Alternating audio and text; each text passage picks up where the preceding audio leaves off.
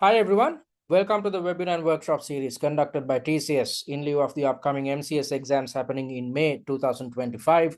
My name is Nick and I'm one of the lead tutors and evaluators for MCS at TCS. So let's look at the session outcomes. First things first, I'm going to teach you answering and time management techniques.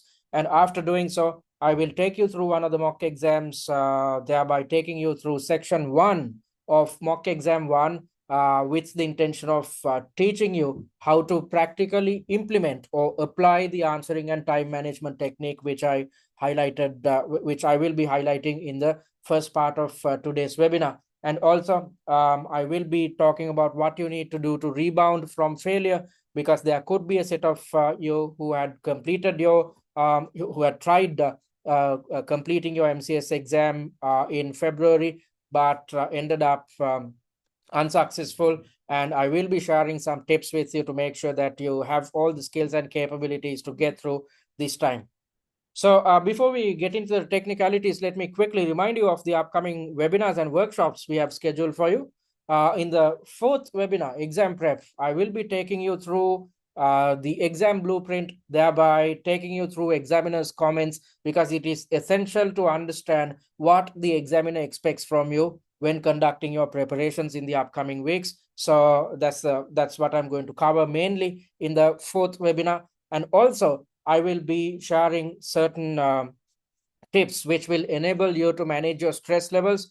So therefore, I will be teaching you stress management techniques. And after learning answering and time management techniques in today's webinar, you are supposed to implement them when attempting mocks 1 and 2 within this week as per our study plan. And from mock exam 3 onwards, you are supposed to implement stress management techniques as well, which you'd learn in the fourth webinar. So the fourth webinar is going to be important as well. And after we are done with the webinars, we will be kickstarting our workshop series, thereby focusing your attention towards the F2 syllabus first. And also, I will be taking you through a mock exam and its suggested answer concerning an F2 related question, which appears within mock exam 1. And also, we will be conducting a Q&A at the same workshop so that you can raise your questions and get them addressed then and there. And similarly, we are conducting 2 more workshops focused on your P2 and F2 syllabi, and P2 and E2 rather. I've done a blunder here, sorry about that. And the final workshop, which happens 2 or 3 days before your exam, I will be sharing last minute tips with you to make sure that you walk into your exam with a high level of confidence, believing in yourself, because as per the CIMA exam, if you believe in your skill set, if you're confident, then you can easily pass this examination. So make sure to attend each of these webinars and workshops which we conduct on a weekly basis, which is the best way to keep track of your performance. And if you have any questions and concerns, you can get them addressed at each of these webinars and workshops. All right, so let's look at the answering technique. So you need to adhere to a certain methodology when developing answers, and you need to structure your answers appropriately. And also, when developing answers, as and when necessary, you have to think how you can apply theoretical concepts which you have learned via your E2, F2, and P2 syllabi, because always remember, with the intention of gaining the most amount of marks, when developing answers, it is essential for you to apply theoretical knowledge or theoretical concepts. So, for instance, if there's a question pertaining to investment appraisal, then rather than trying to come up with an answer on your own, it's best practice to bring in theories or conceptual knowledge which you have gained via your P2 syllabus connected to investment appraisals. So the same could be said about a question to do with the business model of your chosen organization. At your examination, due to us pursuing some type of related diversification, or due to us doing something new, it will impact our business model. So you should have the capability of understanding the current business model within your chosen company, Trimayr, which appears within your pre-seen document. And at the same time, you should have the capability to understand how a related diversification or when we are trying to exploit a new opportunity, how it will impact or change our existing business model. So when conducting your innovation,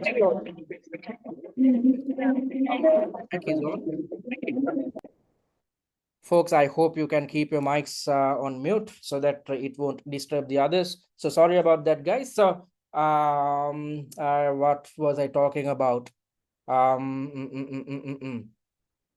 Okay, so if there's a question to do with the business model, yes. So for instance, where was I?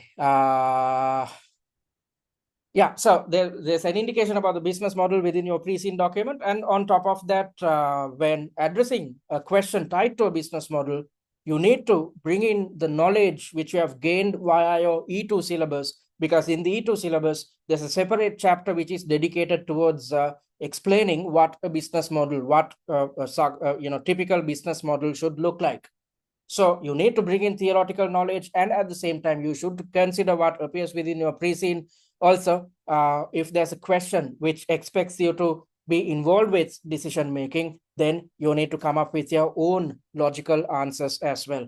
So that's the first thing which you need to focus on when it comes to developing answers. And when developing answers, it's essential that you stick to a certain methodology as per what the CIMA examiner stipulates. So when developing answers, it's best that you utilize appropriate headings and subheadings. You should come up with some main heading per subtask.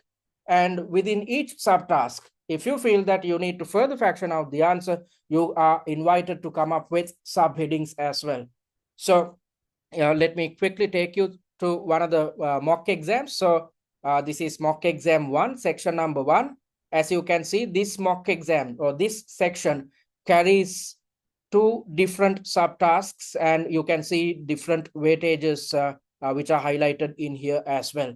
So if there are 2 subtasks within a certain section, in your answer, there should be 2 main headings. So you need to develop a main heading per subtask, and a main heading should be in bold and underlined format. Always remember, you should develop a heading per subtask, and each main heading should be in bold and underlined format. And looking at the entire paper, just like in your real exam, you'd see 4 different sections within mock exam 1, and the time allocation for each section is 45 minutes. And there are 2 subtasks subtasks in each section. So most of you, if this is your first CIMA case study, you won't have a good understanding of how your paper is structured. So always remember, at your exam, you have to sit in one place 3 hours at a stretch and attempt 4 sections, one after the other. So when attempting mock exams, it's essential that you attempt mocks which consist of 4 sections. There's absolutely no point of attempting just 2 sections or attempting mock exams which consist of just two sections. You can't consider it to be a full mock exam. Instead, you are supposed to simply refer to a mock exam which carries just 2 sections as a mini mock. So when attempting your mock exams, there's absolutely no point of attempting mini mocks which carry just 1 or 2 sections. Instead, when attempting mocks, you have to sit in one place, and across 3 hours, you need to attempt 4 sections, one after the other, thereby allocating 45 minutes per section. All right. And within one single section, you'd see 2 or 3 subtasks, and per subtask, you need to develop a main heading which is in bold and underlined format. And if you want to further fraction out your answer, you can always develop subheadings, and these subheadings should be in bold format. So that's the first thing which you need to be. Give me a second, please. I have to kick you out. I'm sorry, mate. This is the second time.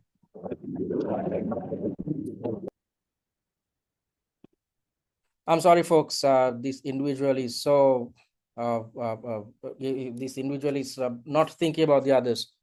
All right. So so that's the first point, and the second point is the fact that when developing answers, you are supposed to develop answers in paragraph format, and each paragraph should have 2 to 4 line sentences.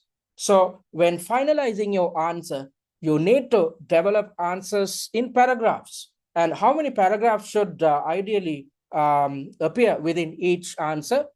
Per answer point, you need to develop a paragraph. So for instance, let's assume under a certain subtask, you intend to include 7 valid points. Then in your final answer, which should be in paragraph form, you need to have 7 different paragraphs. So per answer point, you need to develop a paragraph. So if there are 7 valid points, then you need to have 7 different paragraphs within your final answer. So always remember, you are not expected to develop answers or submit your final answer in bullet points. You are not expected to provide answers in single line sentences. Instead, the CIMA examiner says that you are supposed to develop answers in paragraphs. So it's a best practice to develop a paragraph per answer point, because when I say that you are supposed to develop answers in paragraphs, some of you might write the entire answer within one single paragraph. So when this is the case, when it comes to marking, the marker will find it extremely hard to figure out how many points you have included within the answer. So it's better to assist the marker, therefore, thereby taking steps to be in the good books of the marker, which will help you earn 1 or 2 additional marks if you had gained something like 78 marks. If you want just 2 marks to pass, if the examiner is satisfied with the way in which you have developed your answers, if you had assisted your examiner, if you have made the examiner's life easy by listening to what the CIMA examiner says about how you are supposed to develop answers, then you might get 1 or 2 additional marks. So it's best to be in the good books of a marker. So with that in mind, always remember, develop answers in paragraphs and develop a paragraph per answer point, so that when marking, the marker can easily understand how many points you have indicated in the answer, and out of these points, the examiner can easily determine how many points are accurate and how many points are inaccurate, and based on it, the examiner can easily allocate marks. So that's about finalizing your answer. Then with regards to time management, let's try to figure out how you are supposed to manage each 45-minute slot. So when thinking about managing your time, there's absolutely no point of coming up with a time management plan which spreads across 3 hours. Although the total time allocation for your paper is 3 hours, it is divided into 4 main sections, and each section carries a time allocation of 45 minutes each. So when it comes to managing your time, you need to think in terms of 45-minute slots. And how are you supposed to manage these 45 minutes? First things first, the first 5 minutes should be allocated towards reading through the scenario. So when developing your questions, the examiner is trying to replicate a real-life corporate environment. So it's as if you are receiving an email from one of your senior managers. So if you look at this question, you are receiving an email from your senior finance manager, Megan, and there's a heading which goes as diversification, and there's an email body which gives you some information about the type of diversification we intend to pursue. And also there's reference material, just like at in real life corporate environments where you'd get emails with attachments, you will get reference material thereby which are intended to share additional information with you. And you are supposed to read through the entire scenario and the available reference material within 5 minutes. Okay, so you need to dedicate 5 minutes of your time to read through the entire scenario and its reference material. And after doing so, then you are supposed to develop something called an answer plan. I want you to allocate 20 minutes of your time to plan out your answer. Don't, right after reading through the scenario and the reference material, don't start typing the final answer. Instead, it's best practice for you to spend some time to plan and figure out how to structure the answer. So you need to develop something like this, an answer structure or an answer plan. with the intention of spending some time to determine what to include within your answer. And at the same time, whilst developing this answer plan, you can always refer back to the requirement and see whether you are developing an answer which is aligned with the requirement or not, because that's exactly what you do in a real life corporate setting. So when you receive an email from your boss, you won't straight away type out the response. Instead, you'd spend some time, you'd try to figure out whether you have covered all the questions of your boss, whether you have covered all the information shared with you, and you'd spend some time to figure out whether you are developing a fully fledged response which fully answers the requirements, or fully addresses rather the requirements of your boss. So you need to adhere to the same methodology at your examination as well. So within 20 minutes, you need to develop the answer plan focused on all subtasks which appear within a section. So in section number 1, as you can see, there are 2 subtasks. So within 20 minutes, you are supposed to develop the answer plan focused on both these 2 subtasks. Okay, and once you have planned out your answer, once you have decided on what you intend to include within the answer, your life becomes easy. Utilizing the remaining 20 minutes of your time, you are supposed to expand the answer plan in paragraph form. So as I mentioned earlier, your final answer should be in paragraph form. So per answer point, you need to develop a paragraph. So when you were developing the answer plan, let's assume for the first subtask, you intended to, or you decided to include 10 valid points. And if so, in your final answer, which should be in paragraph form, there should be 10 different paragraphs. Okay, so when it comes to typing, if you stick to this answering and time management technique, you are not trying to multitask. Instead, you are focusing on reading. After that, you are focusing on planning.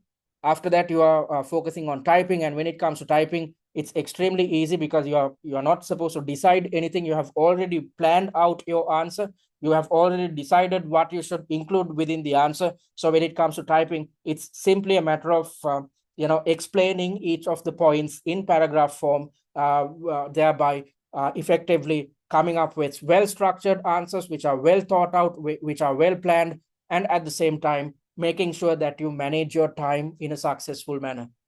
Although I'm asking you to develop an answer plan within 20 minutes, when you try to do it for the first time, definitely it will take you 40 to 45 minutes per section. All right. So that is exactly why I urge you guys to practice this answering and time management techniques when attempting each of our 6 mock exams, because if you do so, by the time you are at mock number 3, you will get a good understanding, or you will get your bearings with this answering technique, with this time management technique. And from mock 3 onwards, you will carry the capability to develop an answer plan within just 20 minutes. So you will struggle right now. I want you guys to struggle. It's because it's good to struggle right now rather than struggling at your real exam. So rather than implementing these techniques, even after learning these techniques, rather than if you don't practice them, you won't get your bearings with it.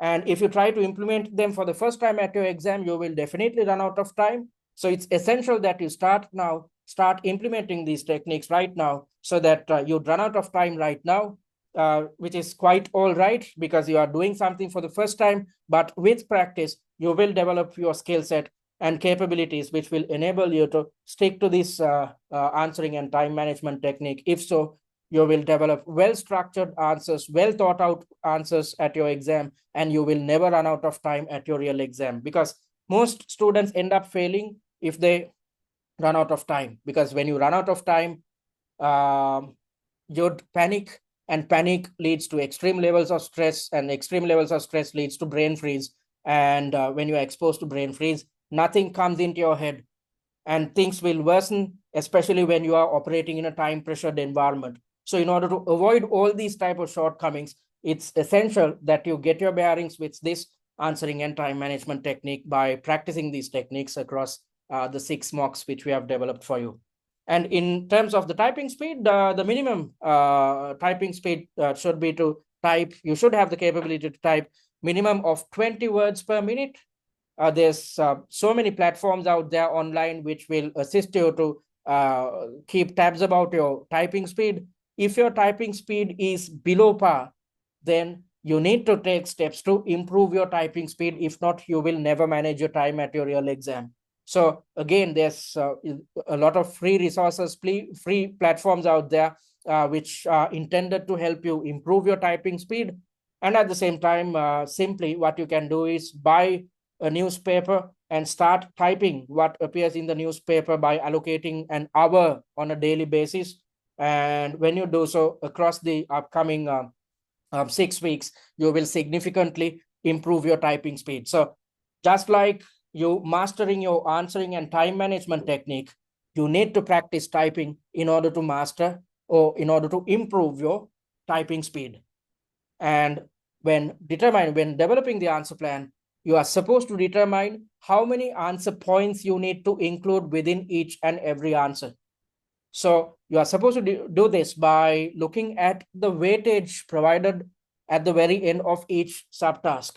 So what am I talking about? So if you look at this mock exam, there are 2 subtasks and the weightage stipulated is 50% each. So this weightage gives us an indication about how many marks are dedicated for each and every subtask.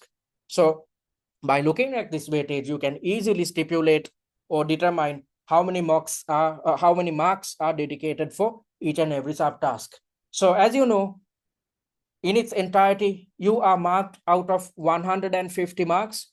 So the mark allocation per section is 37.5 marks. And when you know the total mark allocation, then you can easily determine based on the weightage how many marks are allocated or dedicated towards each and every subtask. So that's exactly what you can see in here. If there's a 50% weightage, that's 50% of 37.5 marks, which comes up to something like 18 or 19 marks. So by looking at the weightages, you can understand the mark allocations. And when you know mark allocations, you can easily determine how many points you should include under each and every subtask. Each valid point carries 2 or 3 marks. So in order to gain 18 to 19 marks, you need to come up with something like 6 to 8 valid points within your answer. So if you come up with 6 to 8 valid points, you will get full marks concerning subtask A. And if you look at section 4, there are again 2 subtasks and the weightage is 60% and 40% each. So if you are to gain 22 marks, you need to come up with something like 7 to 11 valid points within your answer. Why 7 to 11? Given the fact that each valid point carries 2 or 3 marks. So 7 into 3 comes up to 21, or 11 into 2 comes up to 22. So in order to gain somewhere around 21 to 22 marks, you need to come up with 7 to 11 valid points in your answer. So that's how we are supposed to determine how many points you need to include under each subtask. When you stick to this methodology, you will develop answers which are totally aligned with mark allocations, which is the best thing to do. If not, you will come up with, or you will develop answers which are too short or too long. So it's essential that you develop answers which are totally aligned with mark allocations. And this is the best practice which you need to adhere to. And when attempting each mock exam, you are supposed to replicate this methodology, get your bearings with it by practicing this technique across the 6 mock exams. If so, you will be successful at your real examination. And do not spend time on formatting such as paragraph alignment. The only type of formatting which you should be conversant with is about developing a main heading per subtask and developing subheadings which are in bold format, and providing answers in paragraph form, thereby developing a paragraph per answer point. Other than that, don't worry about any other type of formatting. And when developing answers, always focus on quality, not quantity. So as per what I highlighted a while back, I said that based on mark allocations, you are supposed to develop the answer plan. So when you do so, you are focusing on quality. You are spending a considerable amount of time towards planning your answer rather than thinking in terms of quantity. Because I've seen tutors out there saying, in order to gain X amount of marks, you need to develop an X amount of, or you need to type X amount of words, which makes absolutely no sense. Why am I saying it? Because as I've been, saying throughout this webinar series, from webinar 1 itself, I said that the CIMA examiner is trying to replicate a real-life corporate environment. So in a real-life corporate environment, if you receive an email from your boss, is your boss going to count the number of words in your response, or is the boss going to see whether you have addressed the concerns in a successful manner? No one is going to count your words. Always remember, this is a professional qualification, and counting words has nothing to do with decision-making capabilities, nothing to do with you providing leadership or you playing a role of a leader within your chosen company. So don't think in terms of quantity, always think in terms of quality. That's exactly why you need to get your bearings with this answering technique. If someone is asking you to type an X amount of words based on the weightages provided, don't listen to them, because this is not what the CIMA examiner is saying. The CIMA examiner is very particular about quality, not quantity. Just because you provide lengthy answers, you won't get any marks unless and otherwise your answers are aligned with what appears within each scenario, and your answers are aligned with each requirement. All right. So having said that, let's look at the steps which you need to adhere to when implementing this answering technique. So first things first, read the scenario. As I mentioned earlier, you need to dedicate 5 minutes of your time to read the entire scenario along with the available reference material. After doing so, you are supposed to reiterate each requirement in your own words in a concise manner. So after reading through each scenario, your next step should be to simplify each requirement. Why? With the intention of gaining a better understanding of the requirement, and at the same time, this will help you when it comes to developing the answer plan, because whilst developing the answer plan, you are supposed to refer back to the requirement to see whether you are headed in the correct direction. So it makes your life easy when you have access to a simplified requirement. So what am I talking about here? So let's look at this second subtask, which is a bit lengthy. Identify and explain the business risks that can arise from entering this new line of business and suggest how they can be mitigated. So when you are operating under operating in a time pressured environment, it's not too easy. It exposes you to a lot of complexities when you have to go through an extremely long requirement, because you would have to read this once or twice to figure out what the requirement is actually about, especially when you are under extreme levels of stress. So let's move on to section number 4. Let's try to figure out the requirements. Yes, by the time you are in sections 3 and 4, fatigue sets in, and this leads to additional amounts of stress levels. If you had attempted a CIMA case study examination before, you know what I'm talking about. You would be successful, you would be fine in sections 1 and 2, but from section 3 onwards, when fatigue sets in, it will expose you to additional amounts of stress. And when you are under stress, you'd have to read through each requirement once or twice to gain a good understanding of what appears in it. So rather than, whilst developing the answer plan, rather than having to read through an extended requirement, it makes your life easy when you simplify each requirement. So how are you supposed to do this? So let me reiterate. Identify and explain the business risks that can arise from entering this new line of business and suggest how they can be mitigated. And I've simplified it as risks arising from entering the new line of business and mitigation.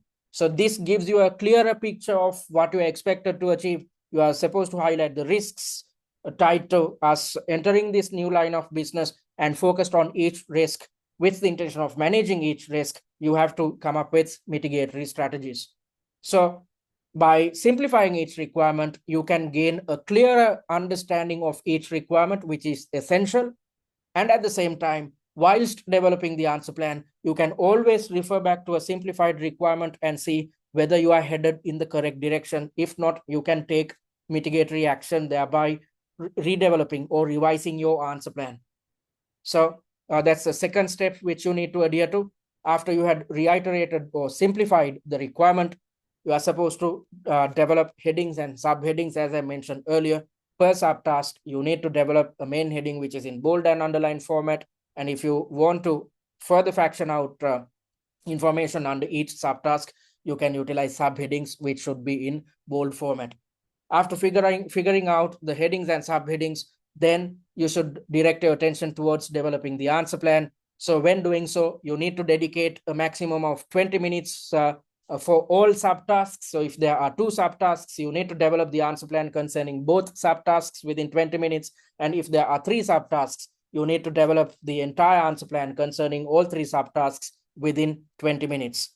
And when doing so, when developing the answer plan, it's essential that you understand how many points you need to include under each subtask. And as I mentioned earlier, look at the weightage provided. Based on the weightage, determine mark allocations. Based on mark allocations, determine how many points you need to include under each and every subtask. Because as I mentioned earlier, each valid point carries 2 or 3 marks. So, you are supposed to divide the marks by 2 or 3 to determine how many points you need to include under each subtask.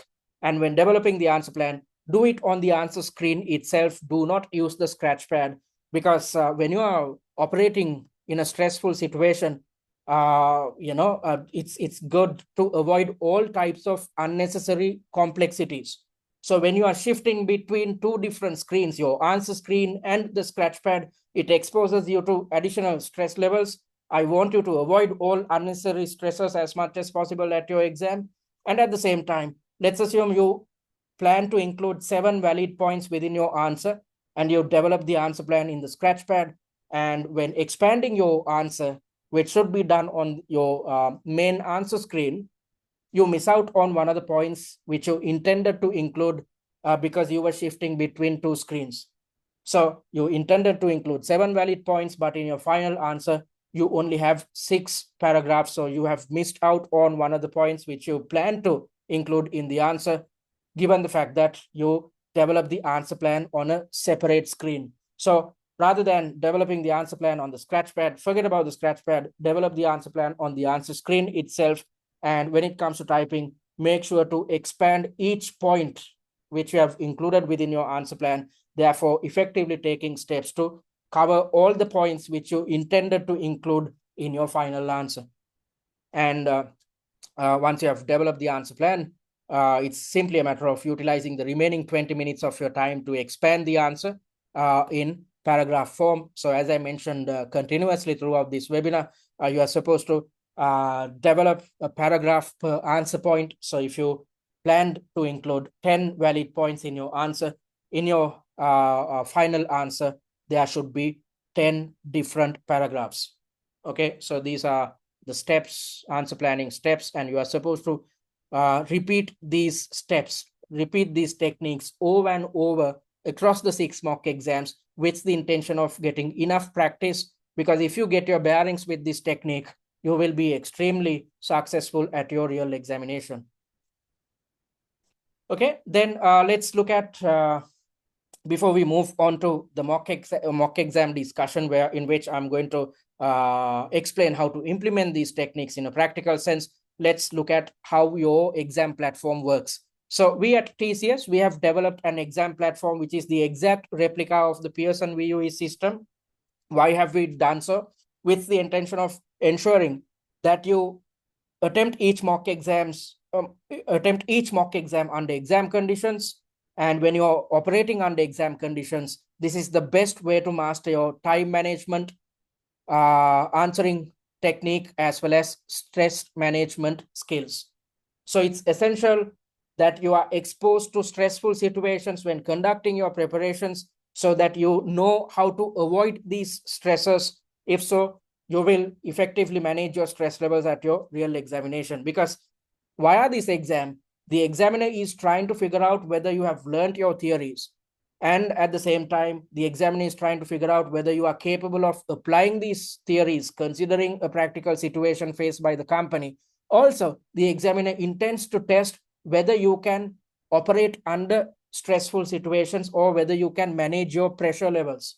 Because if you can operate under pressure, if you can operate under stress, you are capable of becoming a finance manager, or you are capable of successfully carrying out the responsibilities of a finance manager. So as a finance manager, you have to be knowledgeable, and at the same time, you should have the capability to manage your stress.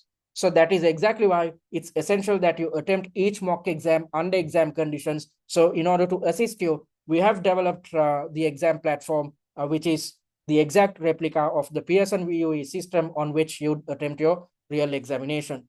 So when you want to start a mock exam, you will be directed to the landing page, and once you press begin, your mock exam will commence.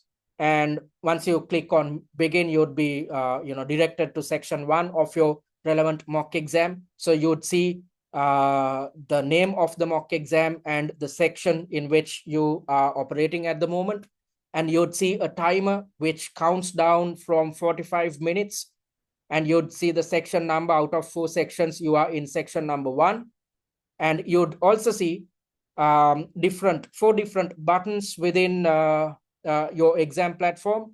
There's a calculator button. You might have to rework a gearing ratio, for instance, do minor calculations. So that is why you have access to a calculator.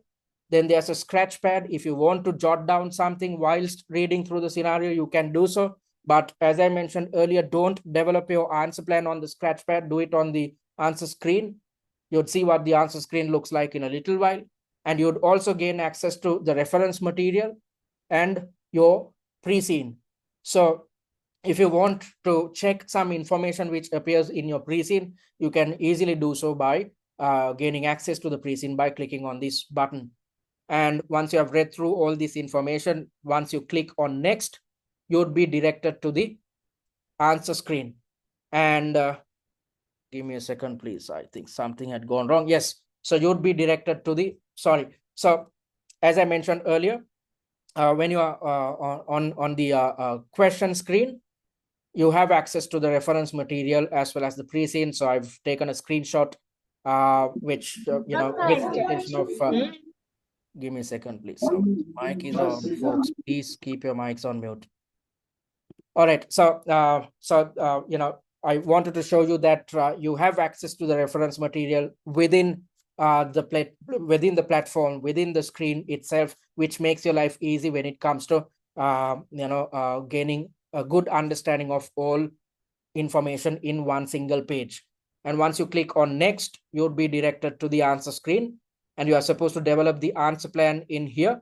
And once you have developed the answer plan, when it comes to expanding the answer plan, expand the answer plan in paragraph form, thereby developing a paragraph per answer point. And within this screen itself, you have access to the pre-scene document. You have access to your task or the question or the scenario. So you need not go back to the previous page. You have all the information within your screen itself, which makes your life easy when it comes to developing the answer plan or planning out your answer. Give me a second, please. I'm sorry, I have to kick you out of the session. Come on, folks. Please, support the process.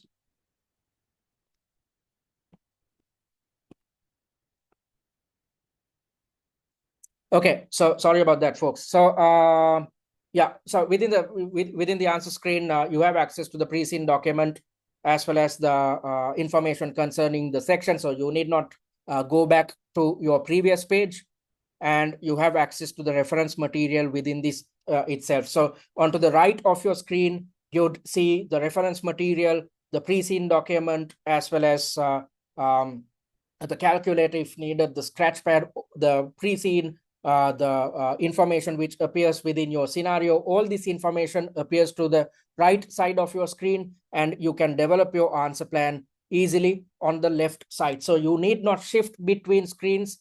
Within one single screen itself, you can easily develop your answer plan. And once you're done with your answer, you can click on the submit answer button. When you do so, you'd get this message, confirmation message. And when you click yes, you'd be directed to section number 2. And when you are in section number 2, you can see that you cannot go back. There is no previous button. So that's exactly why when it comes to managing your time, you need to think in terms of managing 45 minutes, 4 slots of 45 minutes each, rather than thinking in terms of managing 3 hours at a stretch. Because your exam is divided into 4 main parts. And once you are in section number 2, you can't go back to section number 1. And the same applies when you're in section 3. You cannot go back to sections 2 or section 1. So that's how your exam platform works. And we have given you the opportunity to attempt mock exam 1 under exam conditions free of charge via our exam platform. So it's essential that you get your bearings with the technicalities, because some students, when they see the exam platform for the first time, they struggle a bit, they end up wasting a lot of time. So, in order to avoid all these shortcomings, practice your mocks under exam conditions via our exam platform. All right, so having said that, before we move on to the mock exam discussion, let me quickly tell you what we offer at TCS. So I'm on the MCS page. If you want to check free content, click on this button and create a free user account. Once you have done so, you'd gain access to our student dashboard. Via the student dashboard, through the student dashboard, go to my courses. Then in front of MCS free, click on the access content button. And once you have clicked on it, you'd gain access to the recorded versions of webinars and workshops within the dashboard itself. You'd also gain access to free study material, which consists of the answer plan of mock exam 1 and the pre-seen mind map, which I've already shared via the WhatsApp group. Also, you'd gain access to mock exam 1, its questions, and the suggested answers. And as I mentioned earlier, via the exams tab, you have the opportunity of attempting MCS mock 1 under exam conditions, the entire 3-hour mock exam under exam conditions, which is the best way to test the answering technique which we have learned right now. Implement it and see what type of shortcomings you are exposed to. It's essential that you understand your shortcomings when conducting preparations. I want you to feel stressed. I want you to run out of time when attempting this mock exam via the exam platform. Then you'd realize your issues and you'd take steps to overcome them in the upcoming 6 weeks. If so, you'd be successful at your exam. If not, you'd be exposed to the same type of problems at your real examination. All right, so if you're yet to create a free user account, click on this button and gain access to our student dashboard. And if you are interested in investing on our paid content, click on this button and check out our sample material before you purchase our paid content. And I invite you to join the MCS WhatsApp discussion forum if you are yet to take part of it. So click on this button and join it via this group. We will keep you guys informed about the weekly webinar and workshop commencement dates and times. And at the same time, we will address all your questions and concerns instantaneously. Myself and Jared will be there to help you guys out at all times. Also, we will be sharing hordes of free resources, free content via this WhatsApp group. So make sure to join it by clicking on this button. And talking about the 2 packages on offer, we offer an essential course and a premium course. So the essential course, as the name suggests, is developed for those who are coming through the CIMA general route. So if you are coming through the general route, you have completed your OTQs already concerning your E2, F2, and P2 syllabi. So since you have already learned theory, you simply need to work on improving your application skills. So under the essential course, you'd gain access to the recordings of all webinars and workshops, 6 mock exams with suggested answers, which are 100% pre-seen specific. And we have made sure to cover all syllabus areas within these 6 mock exams. If you had referred to past exam variants or past papers, you would have seen 6 different papers or variants being developed for each pre-seen. Why 6 variants? Because the examiner intends to cover all syllabus areas, and with the intention of covering all elements, the examiner has no other option but to develop 6 papers, because it takes 6 mocks, 6 papers to cover the entire syllabus. So that's why we are trying to replicate the same methodology at TCS. That's why we have developed 6 exam type, full 3-hour mock exams covering the entire syllabus. You'd also gain access to the pre-scene analysis videos, 5 videos in total. And once you have watched these videos, you need not do anything else to gain a good understanding of what appears within your pre-scene. We have covered it for you. And you'd also gain access to the annotated pre-scene. Let me quickly show you what the annotated pre-scene looks like. So this is the same pre-scene. Additionally, we have come up with tutor annotations, thereby effectively summarizing the entire pre-scene, which makes your life easier when it comes to understanding what appears within your pre-scene document. And at the same time, we have highlighted, via the same annotations, we have highlighted the probable syllabus areas which can be tested and the probable scenarios which can be thrown at you at your real exam, again, which makes your life easy to understand how all the information presented in the pre-scene can be tested at your exam, and tied to it, what type of scenarios and syllabus elements can be tested. You'd also gain access to the industry analysis and financial analysis slides. So you saw the content of the industry analysis slides in the previous webinar, in which we conducted a pre-scene analysis. So our industry analysis slides are divided into 4 main components. In the first part, we define the industry to make sure that you gain a good understanding of what real life companies go through within your chosen industry. Then we have highlighted the industry trends and opportunities concerning your chosen industry. And based on these trends and opportunities, scenarios will be thrown at you at your real exam. And we have also included information concerning a real life company, so that you gain a better understanding of how a real life company, which operates akin to Trimayr, works. And when that is the case, you can gain a better understanding of how Trimayr operates. So all these, and on top of that, we have evaluated each financial statement by coming up with annotations. And we have made sure to keep things simple so that you can gain a good understanding of what appears within each financial statement. So we have evaluated the SOPL, the SOFP, as well as at the very end, we have conducted a ratio analysis concerning your chosen company and its closest competitor, so that you can comparatively, in one single place, you can comparatively see where you stand, where your company stands, opposed to your closest competitor. So all these resources come with the essential course, and you'd also gain access to the top 10 likely issue slides, which indicate the most prominent scenarios which can be tested at the exam. You'd also gain access to a case study familiarization kit. Once you read this document within 10 to 15 minutes, you stand a chance to gain a good understanding of all the technicalities behind your real exam. You'd also gain access to a tutor managed live chat and OTQ revision cards. So if you go for the essential course, after attempting each mock exam, if you feel that you struggled with a certain syllabus area, simply refer to the OTQ revision cards to brush up your knowledge in a jiffy. Because if you're coming through the general route, you have already learned theory. If you can't remember a certain concept, by referring to the OTQ revision cards, you can easily brush up your knowledge instantaneously. So the essential course is priced at £249. And talking about the premium course, this is intended for those who are coming through the exemption routes and those who had failed the exam previously. So both these types of students have the same problem. There are gaps in theory knowledge and application. So with the intention of teaching you theories concerning all syllabus areas, and at the same time highlighting how to apply these theories in a practical sense, we have developed an additional set of resources under the premium course.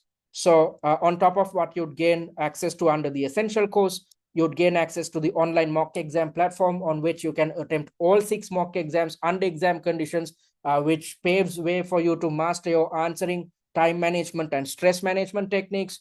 You will receive one-on-one tutor feedback on 2 mock exams, namely mocks 3 and 5. So let me quickly show you the type of feedback on offer. As you can see, we have evaluated each and every point in depth with the prime intention of highlighting your shortcomings, because when you understand your shortcomings, you can take steps to avoid these issues when conducting revision. So throughout this answer script, You can see the type of feedback we have provided. We have covered all the points. And at the very end, we have allocated marks on a subtask by subtask basis. Not just that, we have also indicated the success rate. By looking at this success rate, you can easily understand the subtasks in which your performance was substandard. And when conducting your revision, you are supposed to redevelop answer plans concerning the subtasks which are highlighted in yellow. So these are the type of feedback on offer if you opt for the premium course. And you'd also gain access to answer plans of all 6 mock exams. So we are not just providing you with the mock exams and suggested answers. We are also sharing answer plans with you, which is the best tool out there to understand the logic of each answer, understand how to structure each answer, understand how to work on your application skills, understand what type of theoretical elements should be brought in when your knowledge is tested concerning different information presented in your pre-scene. And at the same time, you can, when conducting revision, it makes your life easy because you are supposed to simply try and replicate the same methodology when conducting revision. If you do so, you will see a considerable improvement in the way in which you develop your answers. So your success depends on on your answering technique. So the best way to improve your answering technique is to refer to our answer plans, and based on it, redevelop answer plans on your own. Once you have redeveloped your answer plans, compare your fresh answer plans to TCS's answer plans, thereby conducting further revision. Also, you'd gain access to 20 masterclasses, which are focused on mocks 2 to 6. In each mock exam, just like in your real exam, there are 4 sections.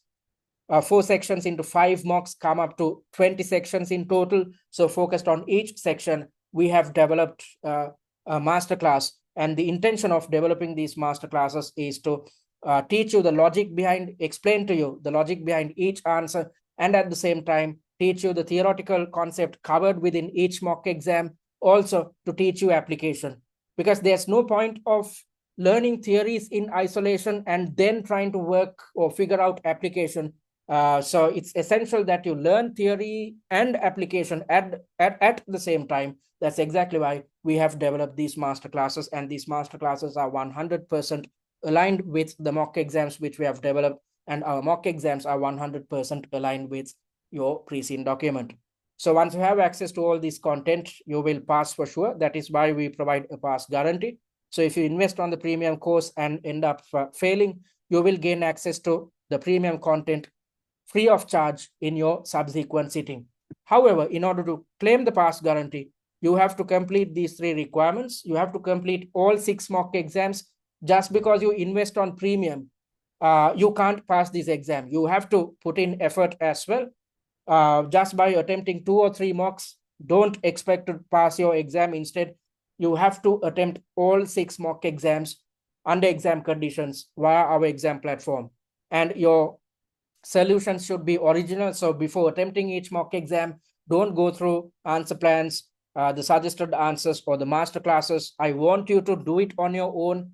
Be honest to yourself, because when you do it on your own, when you're trying to give your best shot, after each mock attempt, when you watch the master classes, you will realize what you included within the mock exam, within the answer, and what you should have included within the answer when you look at the master classes. So this is the best way to learn. First, attempting the mock on your own. Then after watching the master classes, you will understand your shortcomings. After understanding your shortcomings, you are supposed to redevelop the answer plan, thereby conducting revision.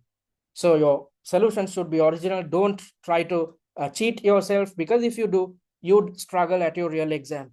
And you are supposed to meet the performance criteria, which is to gain 40% or higher concerning the last 3 mock exams. We have come up with this performance criteria to make sure that you do a serious job, especially given the fact that you are receiving tutor feedback for the 5th mock exam. So, we want you to do a serious job when attempting the last 3 mock exams. And once you have completed these 3 requirements, you will pass for sure, hence the pass guarantee. So if you invest on the premium course, it is going to cost you £749, which can be paid in 2 installments of 374 each. Or if you opt to pay in full, you can save £100. If so, the price is just £649. So you can click on either of these buttons and invest on your preferred package. And also remember that all products are available until the 30th of August 2025. So if you're planning on sitting for MCS exams happening in August, you can invest right now and get a head start, which will give you ample time to conduct your preparations, attempt all mock exams, conduct your revision, so that you'd be successful at your upcoming examination. And before I move on to the mock exam discussion, let me quickly take you to the MCS study plan and see what you are supposed to achieve within this week.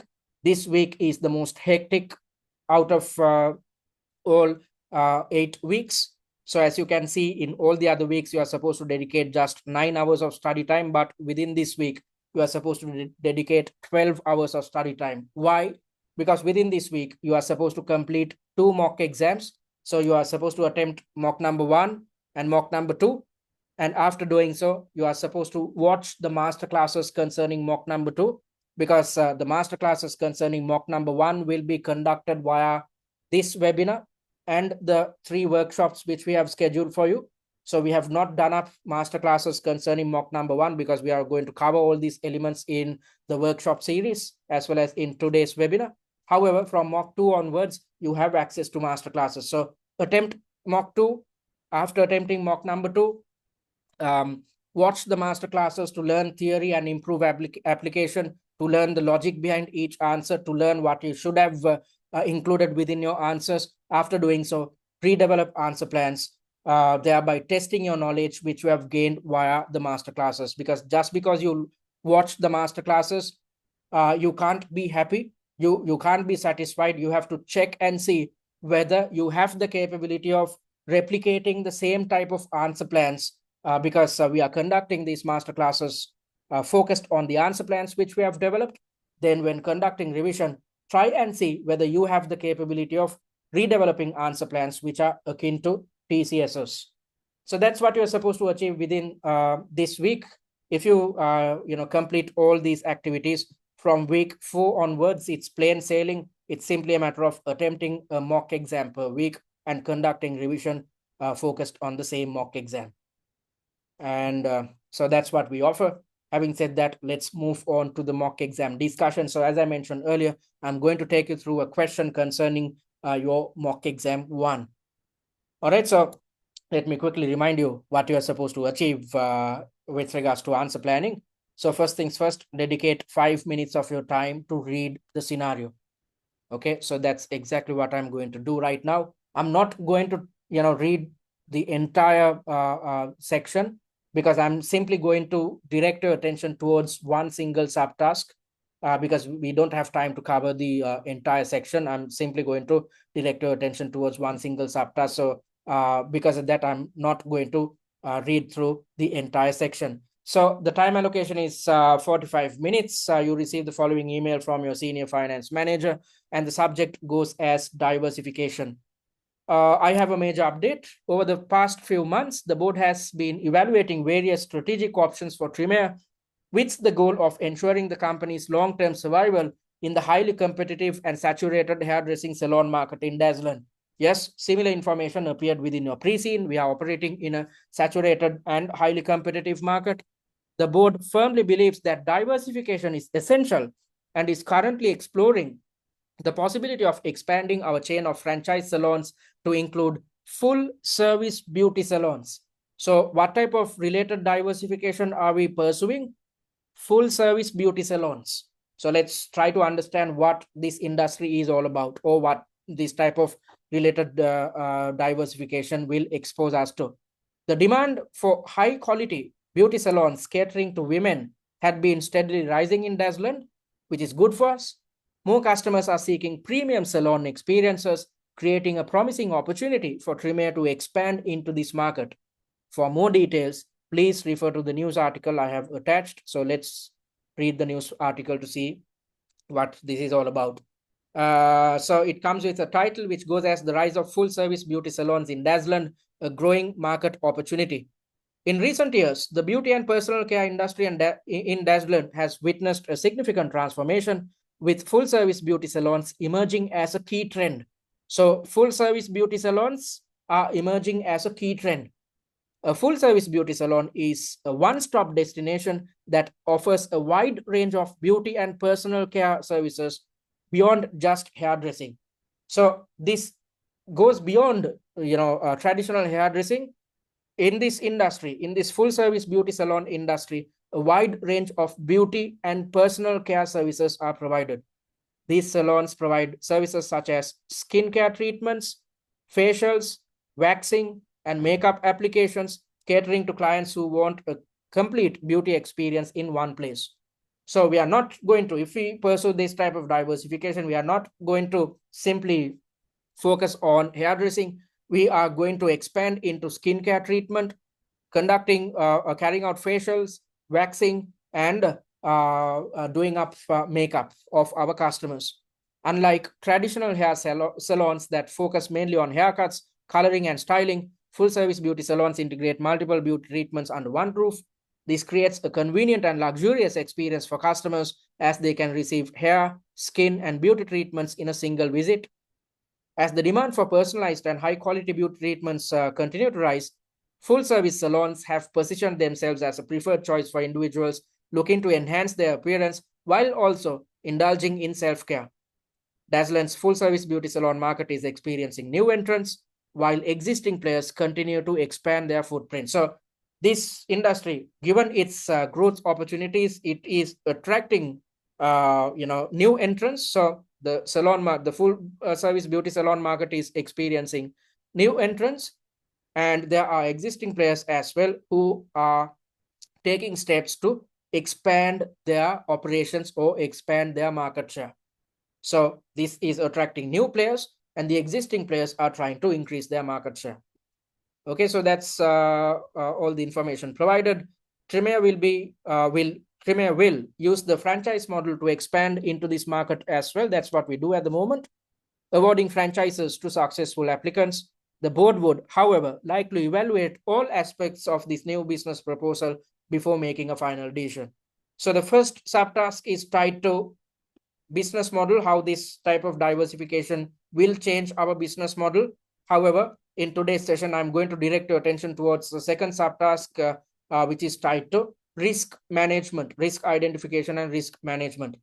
Secondly, identify and explain the business risks that can arise from entering this new line of business and suggest how they can be mitigated.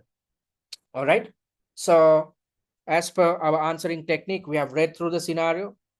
Your next step is to reiterate each requirement in your own words in a concise manner. All right, so we are supposed to simplify this requirement, which will help us to gain a good understanding, a clearer understanding of the requirement. And at the same time, whilst developing the answer plan, we can easily refer back to a simplified requirement and see whether we are developing an answer which is 100% aligned with the requirement. Okay, so that's exactly what you can see here. I've simplified the requirement as risks arising from entering the new line of business and mitigation strategies. All right, so that's the second step. And the third step is to develop headings and subheadings. So I'll take you to the relevant part. I've come up with a main heading, which goes as business risks associated with entering the full service beauty salon market and how to mitigate, which is in bold and underlined format. And I've come up with different subheadings focused on each type of risk, which is in bold format. So I've considered risks tied to competition, health and safety, as well as reputation. Okay, so that's that. That's the third step. And then you are supposed to develop the answer plan, thereby taking 20 minutes of your time concerning all subtasks or covering all subtasks. And when doing so, you are supposed to determine how many points you need to include within each answer plan by looking at the weightages. So the weightage is 50%, which comes up to something like 18 to 19 marks per section. So in order to gain 18 marks, you need to divide it by 2 or 3. Then you can easily determine how many points you need to include within your answer plan. And let's try to understand what you should cover within this type of a question. So this question tests your understanding about risk identification and mitigation capabilities, which falls under your P2 syllabus. However, this is primarily focused towards testing your decision-making skills, testing whether you are capable of identifying risks which we are exposed to, considering the information presented to you, and at the same time, whether you are capable of coming up with practical ways and means of mitigating each type of risk which you identify. So this question is intended to test your decision-making skills. All right, so first things first, the first type of risk which I've identified is the risk tied to competition. So as I mentioned earlier, as per what's highlighted within the newspaper article, there's a lot of growth within this industry. Everybody sees this as an opportunity. That is exactly why established players are there, and these established players are trying to increase their market share or increase their footing within this industry. So there are established players with higher levels of customer loyalty and reputation. So when competing with these type of established players, we will, be faced with a lot of issues. It will take us some time to, achieve a high level of competitiveness, because these existing players already have loyal customers and they have already built their reputation. And also, the type of opportunities on offer is attracting many new entrants as well. And these entrants, with the intention of achieving a greater level of competitiveness, they'd try to do something better than the established players. So this leads to intense competition, where the customers end up winning at all times at the cost of all the players within this industry.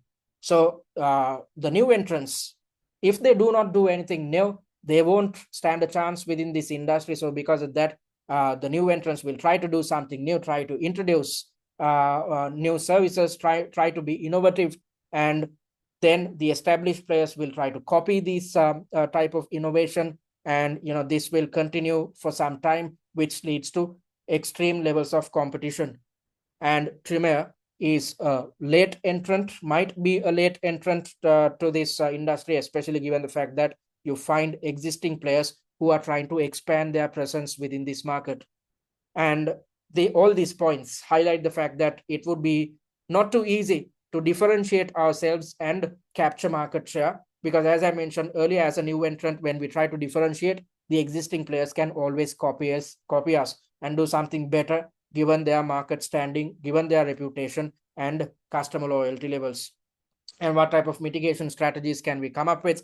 First things first, before entering this market, due to its intense level of competition, we have to analyze the market.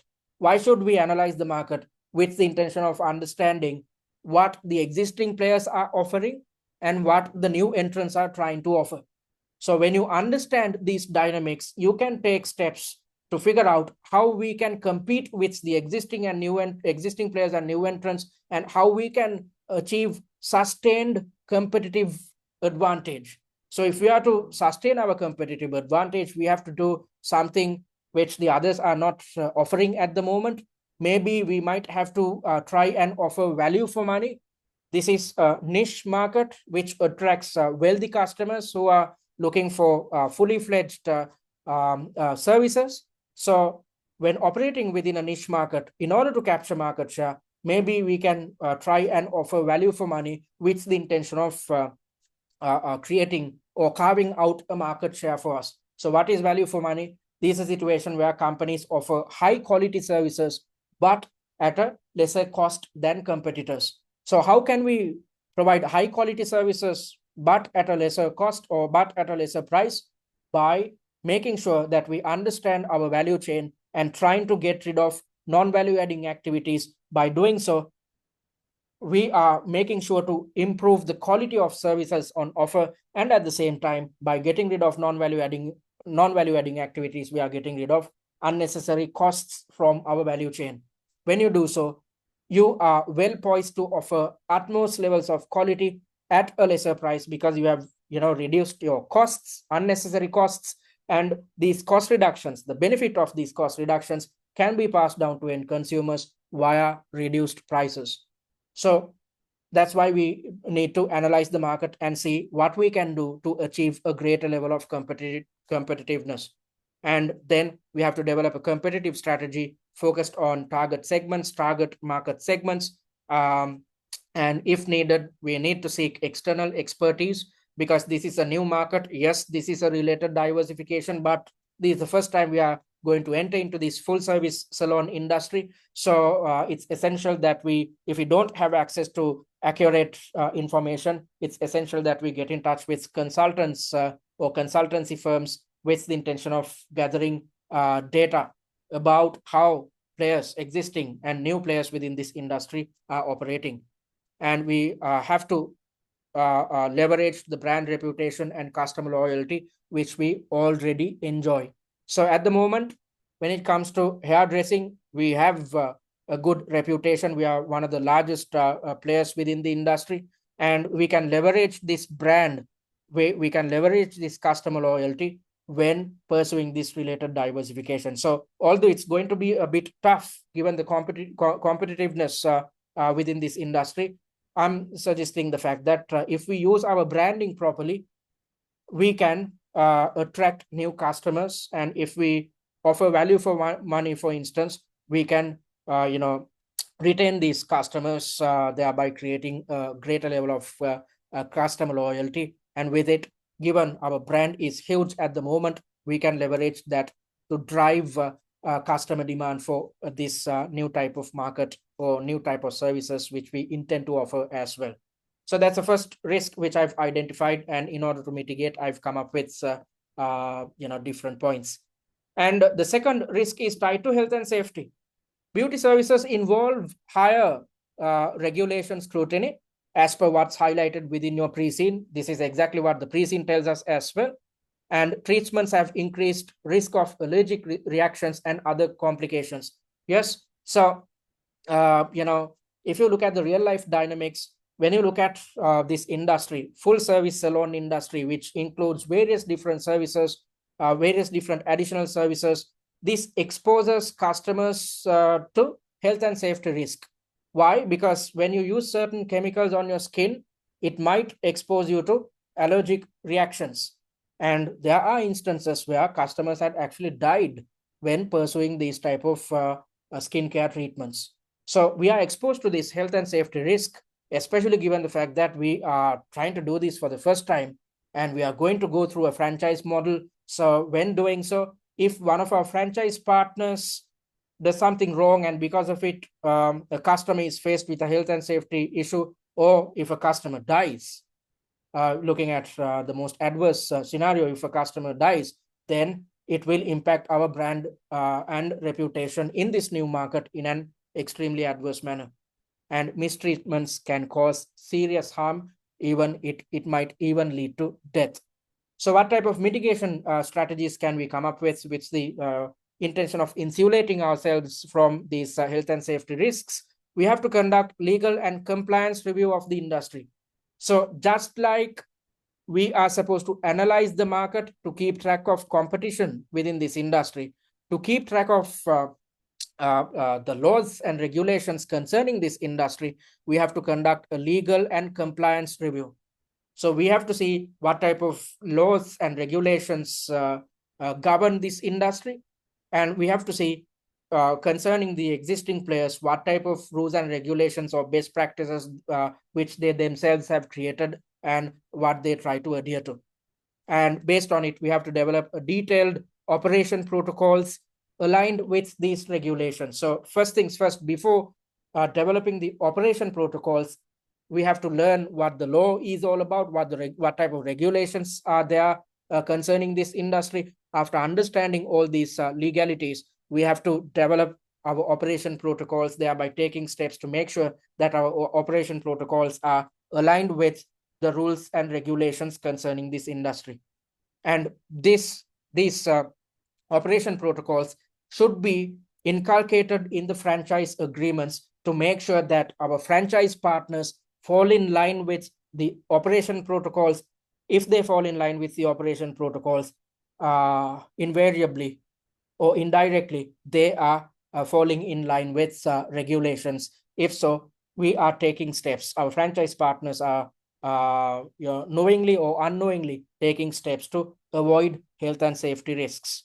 And also, it's essential that we set up a team for regular inspections of salons as well, because as per what's highlighted within the pre-scene, we have a separate department to look into these elements to keep track of the performance of our parties or franchise partners rather. So all these things are handled by our franchise management department, which you can see within our head office. So if I take you to the pre-scene mind map, which I shared via the WhatsApp group, which can be downloaded via the student dashboard as well. Looking at the departments of our organization, there's a separate franchise management department, which is into management of our 40 owned salons and providing ongoing support to franchisees after commencing operations. So we should appoint the franchise management department to conduct these regular inspections of salons, just like how they inspect our existing franchise partners. And this should be done with the intention of enforcing strict action for non-compliance. So franchise partners are supposed to stick to the operational protocols. If they stick to the operational protocols, they are complying with rules and regulations concerning the industry. And if they are not, we need to check whether they are adhering to these operational protocols or not to effectively see adherence or check adherence. We have to set up a separate team. Ideally, our franchise management department can set up this new team to look into this new set of franchisees, and then we can take steps to enforce strict action if they don't comply to these operational protocols. All right, so that's how we are supposed to manage the second risk. And the third and final risk is tied to reputational risks. So let's look at the reputational risks which we are exposed to. So the beauty salon market is outside the core expertise of Trimayr. So if we look at our core business, we are specialists when it comes to hairdressing or running hair salons. However, this beauty salon market is outside our core expertise. There's some type of relationship or relatedness to what we do at the moment, but this is something new. This exposes us to various different new dynamics. And we lack the ability to train and supervise beauticians. Concerning our hairdressers, yes, we have our own academy. However, we don't have the same type of an academy which gives us the ability to train and supervise beauticians. So this exposes us to an operational risk, and if operations go wayward, then it exposes us to reputational risks. And also, there's a possibility for us to employ underqualified staff, not just us, but the franchisees, when they are recruiting beauticians, they might recruit underqualified staff as well, which increasingly exposes us to poor service quality. And if we offer poor service quality, it will damage our existing brand reputation, which is based on quality. And at the same time, if the service quality is poor, it might expose us to health and safety risks, as I mentioned earlier as well. So it's essential that we safeguard reputation when trying to do something new. Any given company, when it is, however big they are, when they are trying to do something new, it might expose them to certain issues which will harm the existing reputation which the company has built over a period of time painstakingly. So when doing something new, it's essential that we think about our reputation and take steps to avoid all unnecessary issues as much as possible. If so, we are in a position to leverage our reputation when running our new business entities. All right, so these are the risks which we are exposed to, and tied to these risks, I've come up with mitigation strategies. So first things first, we have to employ a team of highly qualified and experienced team of beauticians and locate them within the head office, ideally within our training academy. So at the moment, we have highly skilled and experienced trainers within our academy who are conducting training sessions concerning hair care. However, since we are moving into this new industry, it's essential that we adhere to the same type of methodology, thereby employing highly qualified and experienced beauticians as well. And we have to establish and enforce stringent service quality standards across the franchise network. So just like we have suggested to develop operational protocols with the intention of ensuring health and safety, we have to come up with a set of rules and regulations or guidance with the intention of achieving utmost levels of service quality standards. And also, we have to develop a specialist training. We have to develop specialist training via the Trimayr Academy, as I mentioned earlier. So this team of highly qualified and experienced beauticians should be located within the Trimayr Academy as a separate branch of the existing academy. And we should mandate CPD training or continuous professional development training for beauticians, just like what we expect from our existing trainers within the Trimayr Academy. And we have to also stipulate hiring of qualified professionals in franchise agreements. So when doing up franchise agreements, we have to come up with appropriate operational protocols, and we have to determine stringent service quality standards. And at the same time, we have to include clauses with the intention of ensuring that franchisees are recruiting skilled and professional individuals as beauticians. If so, we can take steps to avoid any issues tied to quality issues. And if we are not exposed to quality issues, we won't be exposed to reputational risks. Okay. And we have to monitor compliance through inspections and customer feedback. So just like how I explained how our franchise management team should conduct inspections concerning health and safe adherence to safe and health and safety controls. Similarly, we have to conduct compliance testing to see whether the franchisees are adhering to the controls which we have implemented, to make sure that our franchise partners at all times achieve utmost levels of quality, and non-compliance should lead to certain action taken by our franchise management team. Also, we can listen to customer feedback to identify whether we are satisfying our customers or not. So every time a customer visits us or utilizes our services, just like how we run our existing business, it's essential that we gather feedback. And with this in mind, we have to come up with some additional KPIs to keep track of customer satisfaction as well as the efficiency of the type of operations on offer via this new venture. If so, we will safeguard our reputation. All right, so that's how you should address this type of a question. So I've come up with a practical answer, which is 100% aligned with the information presented in your scenario. And at the same time, I've considered the information presented in your pre-scene as well. So, so this is exactly how we conduct our masterclasses, with the intention of explaining the logic behind each answer. And also we conduct masterclasses to teach you relevant theoretical concepts covered, and at the same time teach you application. As I mentioned earlier, this is a question which is intended to test your decision-making skills. So there's not a lot of theories involved. So because of that, I just explain the practicalities behind the points which I've highlighted within the answer plan. So you are supposed to develop a similar answer plan within 20 minutes. And once you are done with it, utilizing your remaining time, which is 20 minutes once more, you are supposed to expand your answer plan, thereby developing a paragraph per answer point. All right, so that's that. And I invite you guys to practice answering technique, which you learned just now by attempting mock exam 1 on TCS's exam platform, irrespective of whether you have invested on paid content or not.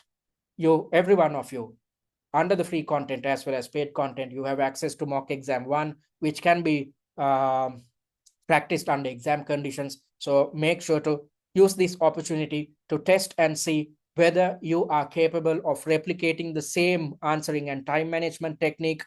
And if you are faced with hiccups, then attend next week's webinar, in which I'm going to teach you stress management techniques, and from mock 3 onwards, start practicing stress management techniques on top of time management and answering techniques as well. Because if you master these 3 techniques, you will be extremely successful at your real exam. All right, so having said that, we are moving to the last part of today's session. So some of you might have failed the previous sitting, unfortunately. So before conducting preparations this time, you need to do something to understand what went wrong last time. So first things first, you need to conduct your personal reflection. When conducting your personal reflection, you need to be honest to yourself and see whether you gave your best shot last time. So when conducting this personal reflection, you have to see whether you were exposed to any of these issues which I'm going to highlight in a little while. And if you were exposed to any of these issues, jot them down whilst listening to what I'm going to say. And for each of these issues, I'm going to explain solutions. And when conducting your preparations this time, you have to make up your mind to avoid these issues by implementing the solutions which I'm going to explain in a little while. So you need to understand, when conducting your personal reflection, you need to understand where you went wrong in the exam. You need to diagnose the reasons first and address them this time, because if not, you'd repeat the same mistakes in the next sitting, thereby getting a similar mark. I've gotten in touch with students who end up attempting this exam 4 times, 5 times. I've dealt with one single student who had attempted this exam 12 times. Why is this the case? In each sitting, you keep committing the same mistakes over and over because there's no one to direct you in the correct direction. So don't worry. After listening to the shortcomings which I'm going to highlight, after listening to the solutions which I'm going to offer, I hope you'd implement them in the upcoming 6 weeks. If you do so, you can pass easily. I was talking about a student who was attempting the MCS exam 12 times. On the 13th time, with our guidance, this student passed. Not just passed, this student got 97 marks. Your pass mark is just 80. So this individual ended up getting 97. Why was this the case? Given the fact that this student was clueless about how to avoid all shortcomings, and at the same time, the student was clueless about his shortcomings as well. So stick to this process. If you do so, you can gain extremely good marks. So forget about what went wrong previously. You have to motivate yourself. Don't get demotivated. However, it's essential that you understand what went wrong and try to avoid them when conducting your preparations in the upcoming 6 weeks. So with this in mind, stick to an action plan, which is to work smarter than the previous attempt, which is simply to stick to the study plan. Because as per our study plan, all the hard yards are done by us. Your job is to attempt a mock exam per week and redevelop answer plans concerning the weekly mock exam. Everything else is handled by us. So that's the smartest way to work towards success. So stick to our study plan. Don't wait until the last moment. Start your preparations right now. If you do so, you would be extremely successful at your real examination. All right, so let's look at the common reasons which leads to a failure. The biggest reason is you attempting just 2 or 3 mock exams. You can't expect to pass this exam simply by attempting 2 or 3 mocks, especially if you're coming through the exemption route, and especially if you had failed this exam previously. It's essential that you attempt 6 mock exams, because as I mentioned at the inception of this webinar, the examiner intends to cover all syllabus areas. When trying to do so, the examiner is forced to develop 6 mock exams. Otherwise, you can't cover all syllabus elements. So that is exactly why before walking into the exam, you need to attempt 6 mock exams. If you do so, you will understand how each syllabus area is tested at your real examination. So that's why you need to attempt 6 mock exams. And when attempting or when determining the number of mock attempts, I've dealt with students who have shared that they have attempted 9 mock exams, 12 mock exams, and whatnot. Always remember, a mock exam should consist of 4 sections. just like in your real exam. When attempting mock exams previously, if you attempted a certain mock exam which just carried 1 or 2 sections, then it cannot be considered as an exam standard mock. It should be considered as a mini mock. So there's no point of attempting 6 or 7 mini mocks. Instead, you have to make up your mind to attempt exam standard mock exams, which are pre-scene specific, which are intended to cover all syllabus areas. That's the first thing which you need to get right this time. Or else, if you try to rely on mini mock exams, or if you try to rely on just 2 or 3 mock exams, you will struggle this time as well. And inappropriate answering technique is a problem which leads to mismanagement of time. So I've taught you the answering and time management techniques together, because if you screw up your answering technique, you will end up losing out with regards to time management as well. So with the intention of mastering the answering and time management techniques, which you just learned, as I mentioned earlier, you need to attempt each mock exam under exam conditions. Even if you had invested on the essential pack when attempting the mock exam, time yourself, do it by sitting in one place for 3 hours at a stretch. Try to attempt each mock exam, even if you're attempting it on your own under exam conditions, whilst practicing answering and time management techniques. With practice, you will gather the capability to develop answer plans within 20 minutes, because if you can develop answer plans within 20 minutes, then you will definitely succeed at your exam. So that's why just learning these techniques won't help. You need to practice these techniques in order to master them. And not practicing under simulated exam conditions is a problem. So when attempting each mock exam, even when you have access to full mock exams, which consist of 4 sections, there's a tendency for students to attempt, for instance, section number 1 of a certain mock exam today, section 2 tomorrow, and section 3 day after tomorrow, whilst taking breaks. Whereas at your real exam, you have to sit in one place and be exposed to extreme levels of stress across 3 hours. So it's essential that you practice under similar conditions, so that you know when fatigue sets in, when you will become stressed. And if you know these things, if you are exposed to all these elements way before the exam, then you'd know the type of action you need to take to come out of these situations. Because as I mentioned at the inception of this webinar, the examiner is not just testing your theory knowledge and application skills. The examiner wants to see whether you can handle stress or whether you can handle pressure. So that is exactly why you need to practice each mock exam under exam conditions. That's why we have invested significant resources to develop an exam platform which is akin to the Pearson VUE system, which is the exact replica, to be precise, of the Pearson VUE system. We are giving you this opportunity, so make use of it so that you master your skill set. If so, you won't fail your MCS exam. And lack of technical knowledge is a problem. So some students think, especially those who are coming through the exemption route, they think that they can pass this exam by knowing 1 or 2 theories, which is not the case.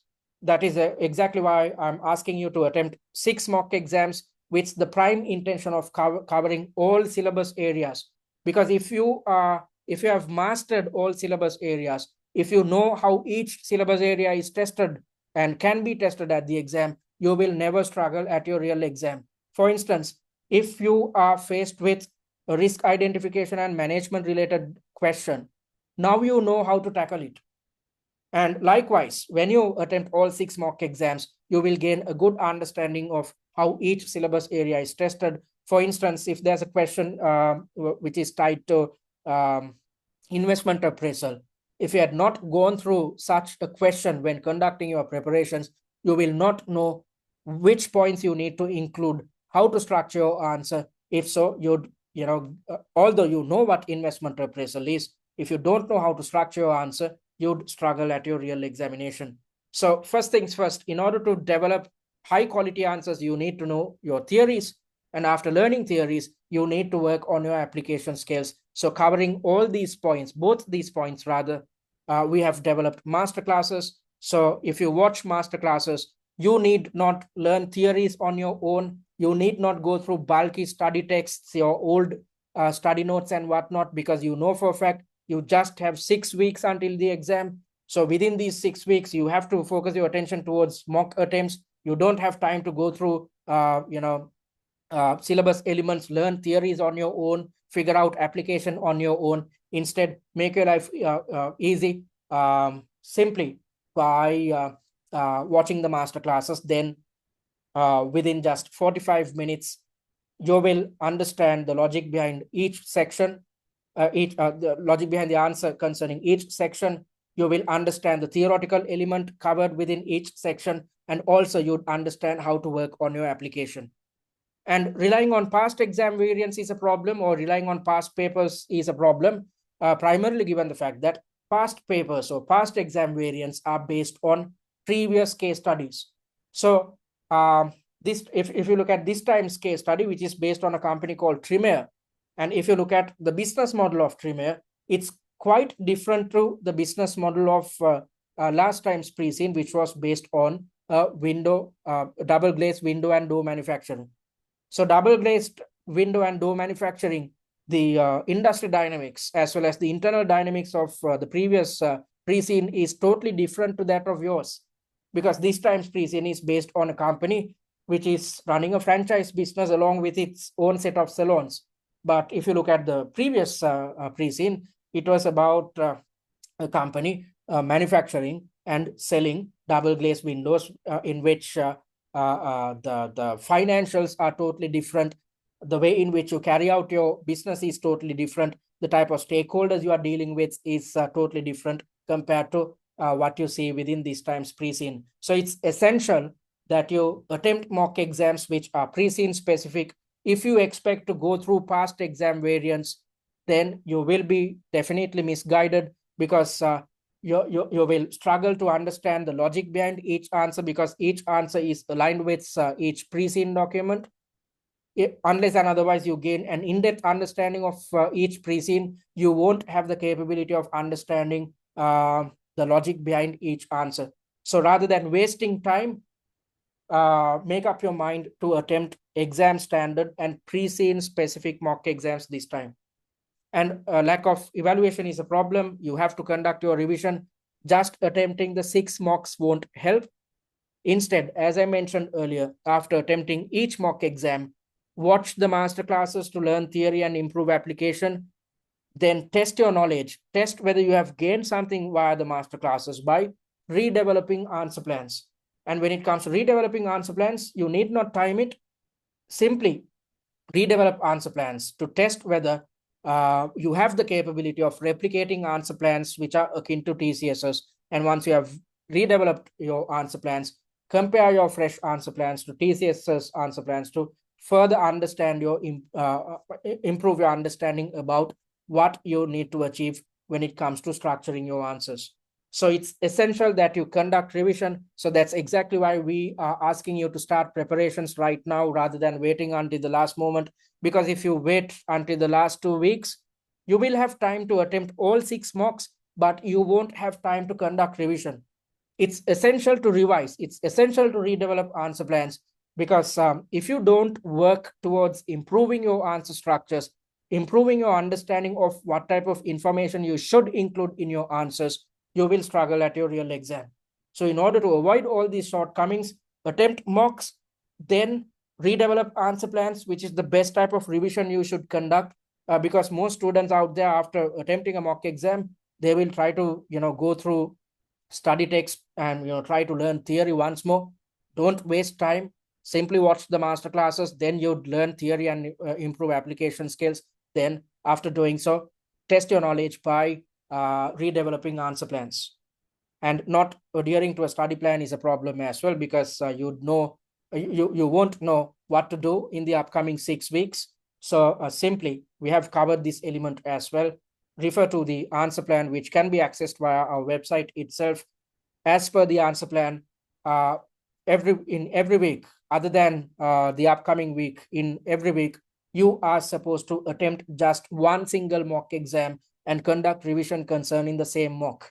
So as I mentioned in the first webinar in which I explained this study plan, ideally you should attempt a mock exam on Tuesday.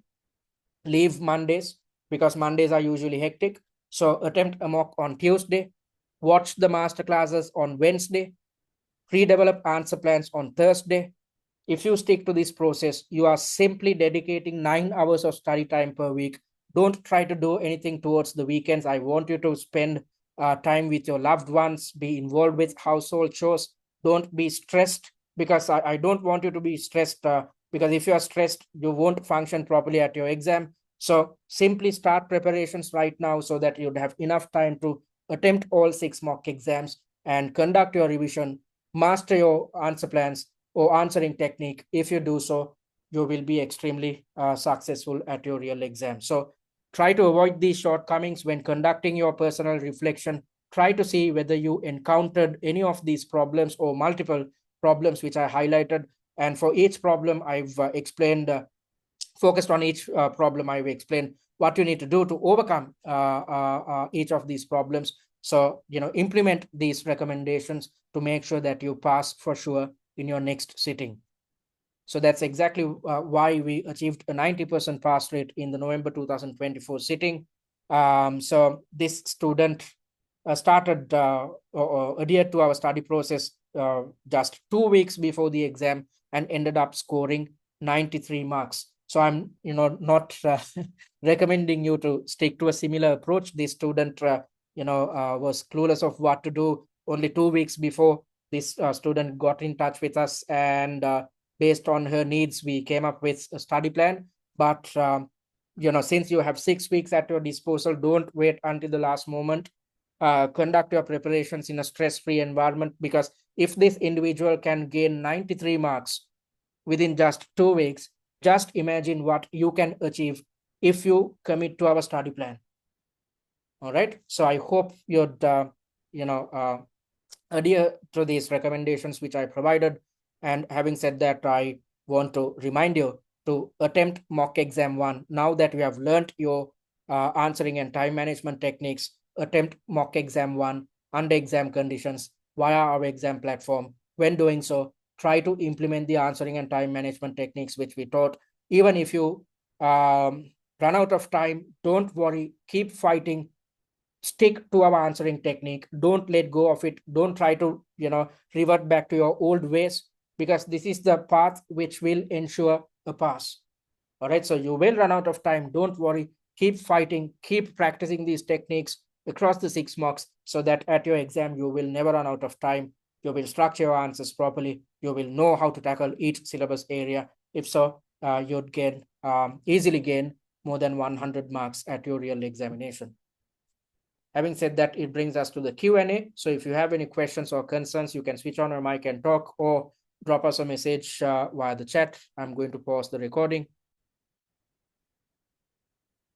All right, folks, thank you very much for raising these questions. I love it when you raise a lot of questions, and I hope I addressed everything successfully.